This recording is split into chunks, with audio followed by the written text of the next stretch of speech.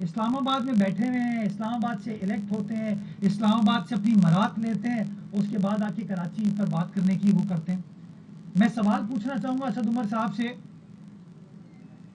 کہ کراچی شہر کے بارے میں اسد عمر صاحب اور ان کے اتحادی کہتے ہیں کہ کراچی پاکستان کا انڈسٹریل کیپٹل ہے, کمرشل کیپٹل ہے. ان کے پی ایچ ڈی پی میں public sector development port folio میں, جو کہ براہ راست اسد عمر صاحب کے ماتحت بنایا جاتا ہے, اس میں کراچی شہر کے لیے کتنے ڈیولپمنٹ پروگرامز ہیں. میں ان سے پوچھنا چاہوں گا کہ ہائی وے کی کتنی اسکیمز ہیں جو کہ انہوں نے صوبہ سندھ کے لیے مختص کی ہیں. یہ تو وہ لوگ ہیں سندھ سے پیسے لینے کے بعد, انڈس ہائی وے کے پیسے 14 ارب روپے میں بننی تھی, 7 ارب روپے سندھ گورنمنٹ سے لے لیے, 7 ارب روپے وفاقی حکومت کو لگانے تھے اور وہ انڈس ہائی وے بننا تھا. 2017 مارچ سے وہ پیسے ہم سے لیے ہوئے, ابھی تک انہوں نے وہ انڈس ہائی وے نہیں بنایا. یہ گرین لائن پہ آج جو بہت شامیانے بجا رہے ہیں, ان کو پتہ ہے ماضی میں یہی لوگ اس گرین لائن کو کرٹیسائز کرتے تھے کہ جنگلہ بس سروس ہے. یہ گرین لائن ماضی کی حکومتوں نے سٹارٹ کی, اور میں بتانا چاہوں گا کہ اس گرین لائن کے سٹرکچر سے جو ڈسٹرکٹ سینٹرل کے انفراسٹرکچر کو نقصان پہنچا ہے, آپ خود وہاں کے رہنے والے ہیں, آپ کا کیمرہ دکھائے کہ آپ نے گرین لائن کے بفر کو تو کریٹ کر دیا, لیکن اطراف کی سڑکوں کا جو آپ نے بیڑا کیا ہے, ضیاء الدین ہاسپٹل کے سامنے جو پارک ہوتا تھا جہاں پر آپ نے ملبہ ڈالا ہے, وہ ملبہ آپ آج تک نہیں اٹھا پائے ہیں. جو ناگن چورنگی کی لائنوں کو آپ نے بلاک کیا ہے, وہ آپ آج تک کلیئر نہیں کر پائے ہیں. آ کے پریس کانفرنسز کرتے ہیں, اور مجھے حیرت ہوتی ہے اسٹیک ہولڈرز پریس کانفرنس ہو رہی تھی, بیچ میں خود بیٹھے تھے, ایک طرف خرم شیر زمان, ایک طرف حلیم عادل شیر. اسٹیک ہولڈر کا ہے, وہ کہتے ہیں نا وہ شعر اپنی ذات سے عشق ہے سچا, باقی سب افسانے ہیں. یہ صرف اپنی ذات اپنی ذات اپنی ذات کا سوچتے ہیں, باقی ان لوگوں کا کوئی کام نہیں. یہ انہوں نے پہلے پوچھا تھا, یہ کر کے آپ سے پوچھ لوں. وسیم اختر رونا روتا رہے اختیارات نہ ہونے کا, لیکن اب پیپلز پارٹی جن جو رونا روتے تھے وہ اختیارات جو ہے کے ایس جی کو دے رہی ہے, میئر کو دے رہی ہے. تو کیا وسیم اختر کا موقف درست تھا, یا سندھ گورنمنٹ کو خیال ہے کہ واقعی جو ہے کہ میئر کو بااختیار ہونا چاہیے؟ اچھا مجھے بتائیں, اس وقت تو کوئی قانون چینج نہیں ہوا. میں 3 مہینے 3.5 مہینے سے ہوں, آپ کو کراچی کے اندر سڑکیں بنتے ہوئے نظر آ رہی ہیں, صفائی کا نظام بہتر ہوتے ہوئے نظر آ رہا ہے, کام ہوتے ہوئے نظر آ رہا ہے. پارکس پلے گراؤنڈ جو کہ بند تھے, ماضی میں بند کر دیے گئے تھے, ان کو کھولا جا رہا ہے. تو ان کاموں کے لیے کیا وسیم اختر صاحب کو کوئی قانونی ترمیم کی ضرورت تھی؟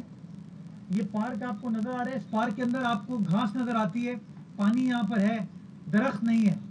4 سال وسیم اختر صاحب تھے, کوئی درخت لگا لیتے تو آج شاید یہاں پر سایہ ہوتا, درختوں کا سایہ ہوتا.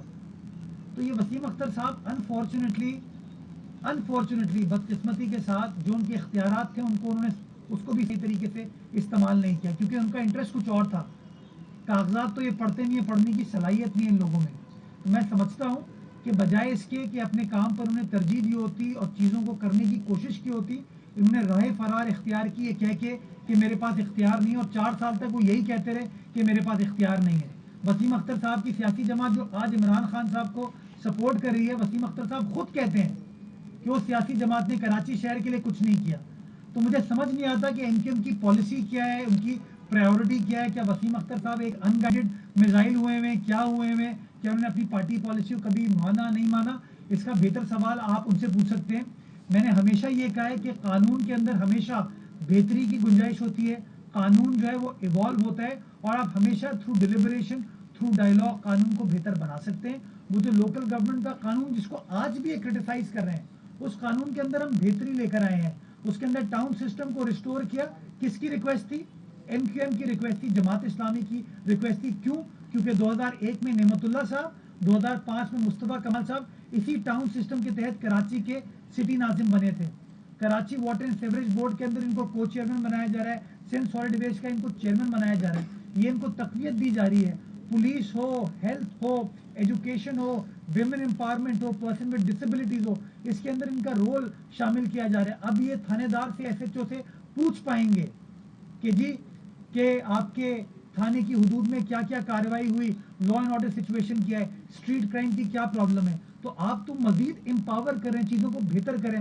بٹ چونکہ ان کا ایک ہی منجن ہے کہ ہاں نیریٹو یہ سیل کرو کہ اختیارات ہمارے پاس نہیں ہے, تاکہ کل کو کوئی ہم سے سوال نہ پوچھے, وہ یہی بات کرتے آ رہے. میں سمجھتا ہوں ایک اچھا لا آیا ہے, ایک بیلنس لا ہے جو کہ لوکل گورنمنٹ سسٹم کو مزید امپاور کرے گا, اس نظام کو چلنے دے, اچھے لوگوں کو الیکٹ ہو کر آنے دیں, وہ کراچی والوں کے بلکہ پورے سندھ کے جو مسئلے مسائل ہیں ان مسائل کو حل کرنے میں وہ جو بلدیاتی نظام ہے وہ اپنا کام کر پائے گا. جی منیر. مرتضیٰ صاحب آج اسٹیک ہولڈر کانفرنس پہ وسیم اختر نے شدید تنقید کا نشانہ بنایا. اس نے کہا کراچی کے اربوں روپے یہ وڈیرے لوٹ کے کھا رہے ہیں, ان کو پینٹ بھی پہننا نہیں آتی تھی, پینٹ بھی ہم نے ان کو پہننا سکھائی ہے. اس موقع پہ آپ کیا کہیں گے؟ میں اس کا کیا جواب دوں. ایک 97 کی میں تصویر دیکھتا ہوں وہ لیاقت جتوئی صاحب کی کیبنٹ کی, اس میں شاید وسیم اختر صاحب کے پینٹ نہیں پہنی ہوئی تھی, انہوں نے کچھ اور پہنا ہوا تھا. یہ تعصب کی باتیں خدارا کرنا چھوڑ دیں. خدارا ہم کب تک لوگوں کو تفریق کا لیکچر دیں گے, کب تک یہ تعصب کی باتیں کہیں گے. دلوں کو جوڑیں, لوگوں کو ملائیں, لوگوں کی خدمت کریں. وہ وسیم اختر صاحب جو کہ 4 سال, مطلب میرے خیال میں اگر آپ ایم کیو والوں سے بھی پوچھیں گے تو وہ بھی کنفرم کریں گے کہ کراچی کی تاریخ کا اس سے زیادہ نکما میئر کوئی نہیں آیا تھا, یہ سب کہیں گے. تو خدا را ان کو بولیں چھوڑ دیجئے اس طرح کی باتیں کرنا, لوگوں کے دلوں کو جوڑیں, لوگوں کو کنیکٹ کریں, مل کر کام کریں. جس کو کراچی والے الیکٹ کریں گے, جس کسی کو بھی, چاہے پیپلز پارٹی ہو, ایم کیو ایم ہو, پی ایس پی ہو, پی آئی بی ہو, جماعت اسلامی ہو, کوئی بھی ہو, جس کو وہ الیکٹ کریں گے اس کو آنے دیں, وہ شہر کی خدمت کرے, مسائل کا حل تلاش کرے. بٹ خدا را یہ باتیں کرنا چھوڑ دیں. سر یہ جو آپ قانون لے کر آئے ہیں بلدیاتی نیا, اس میں ناظمین کے دور کے جو اختیارات تھے وہ موجود ہوں گے آنے والے چیئرمین یا ناظم کے پاس؟ دیکھیں یہ ڈیپینڈ کرتا ہے کہ آپ کس اینق سے دیکھ رہے ہیں. واٹر بورڈ, سالڈ ویسٹ میں ان کا اختیار ڈال دیا گیا, قانونی ترمیم پاس کر دی گئی ہے, جو کہ بار بار یہ ماضی میں کہتے تھے کہ ان کے پاس کوئی اختیارات نہیں ہیں. لیکن ہاں وہ والے جو لامحدود اختیارات تھے 2001 میں, جس کے تحت نعمت اللہ صاحب نے کراچی کی 22 سڑکوں کو کمرشل کر دیا تھا, مصطفیٰ کمال صاحب نے 15 سڑکوں کو کمرشل کر دیا تھا. یعنی کہ کراچی کے اس پلاٹ پہ جہاں پر ایک فیملی رہتی تھی اب وہاں پر 50 100 200 فیملیز رہ رہی ہیں. یہ والا کام میں سمجھتا ہوں غلط ہوا تھا, غلط طریقے سے ہوا. اور آج کراچی کا جو برا حال ہوا ہے اس کی ایک وجہ جو ہے وہ اس طرح کے فیصلے تھے جن کو ماضی میں عدالتوں نے بھی انفارچونیٹلی انڈورس کیا تھا. آج جو لوگ عدالت میں جا کے کہتے ہیں کہ کراچی کے انفراسٹرکچر میں یہ کمی آ گئی ہے, وہی لوگ 2003-2004 میں عدالت گئے تھے کہ نعمت اللہ صاحب نے یہ جو کمرشلائزیشن کی پالیسی لے کر آئے یہ غلط ہے. اور اس وقت انہی عدالتوں نے ان لوگوں کو کہا تھا کہ نہیں, حکومت کا کام ہے پالیسی بنانا, اور حکومت نے پالیسی بنا دی ہے, ہم اس کے اندر انٹرفیئر نہیں کریں گے. نتیجہ یہ ہوا کہ کراچی جو ہے وہ بلڈنگز تو بن گئی, لیکن کراچی کا جو انڈر گراؤنڈ پانی کا نیٹ ورک تھا, سیوریج کا نیٹ ورک تھا, پانی کی سپلائی کا سسٹم تھا, اس کو ان لوگوں نے بہتر نہیں کیا. تو میں سمجھتا ہوں اس لامحدود اختیارات نے کراچی شہر کی خدمت نہیں کی, کراچی شہر میں تباہی برپا کی, جس کا خمیازہ ہم سب آج بھگت رہے ہیں. اچھا صاحب, کیونکہ اسپورٹنگ ایونٹ ہے تو میں اسپورٹ کے اوپر بات کروں گا. بہت سارے ایسے پارکس ہیں جو آپ اب کھول رہے ہیں, لیکن cricket ground, football ground, hockey ground, تبالغ سندھ اسپورٹس بورڈ جو سندھ گورنمنٹ کے انڈر آتا ہے, اس میں صرف 3 گیمز کھیلنے کی جگہ موجود ہے.